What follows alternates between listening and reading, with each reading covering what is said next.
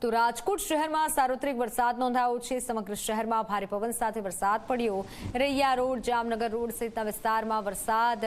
Greenland ચોકડીમાં પણ પવન સાથે વરસાદ શરૂ થયો છે। 150 ફૂટ રિંગ રોડ સહિતના વિસ્તારમાં વરસાદ થઈ રહ્યો છે। રાજકોટમાં વરસાદની શરૂઆત થઈ છે। હવામાન વિભાગ તરફથી જે આગાહી કરવામાં આવી હતી, સૌરાષ્ટ્રમાં પણ અમુક જગ્યાએ વરસાદ થઈ શકે છે, તો રાજકોટમાં વરસાદની શરૂઆત થઈ છે। ફોનલાઈન પર સંવાદદાતા ગૌરવ દવે જોડાઈ ચૂક્યા છે। ગૌરવ, રાજકોટમાં કેવો માહોલ છે, કેવો વરસાદ?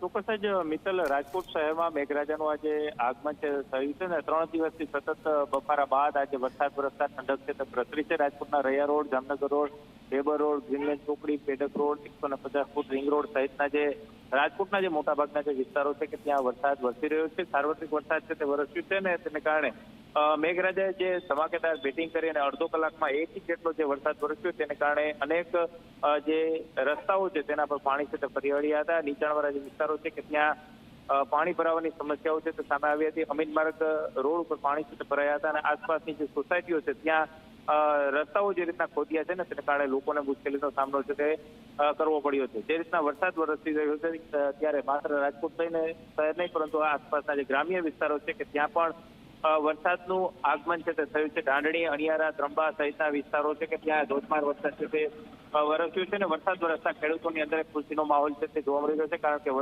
વાવણી કરનાર જે ખેડૂતો છે તેના માટે આ વરસાદ છે તે આશીર્વાદરૂપ છે તે સાબિત થતું છે। જી બિલકુલ ગૌરવ, આભાર માહિતી બદલ। રાજકોટમાં સાર્વત્રિક વરસાદની શરૂઆત થઈ છે। ઘણી જગ્યાએ છૂટોછવાયો વરસાદ નોંધાયો છે। રાજકોટમાં વરસાદી માહોલ જામ્યો છે। સમગ્ર પંથકમાં ભારે પવન સાથે વરસાદ। ઢાંઢણી, અગિયારા અને ત્રંબામાં વરસાદ। ધોધમાર વરસાદના કારણે ખેડૂતોમાં ખુશી જોવા મળી છે। સારો એવો વરસાદ થયો છે એટલે ખેડૂતો પણ ખુશ છે, કારણ કે રાજકોટ અને આસપાસના ગ્રામ્ય વિસ્તારમાં વરસાદી માહોલ જોવા મળ્યો છે।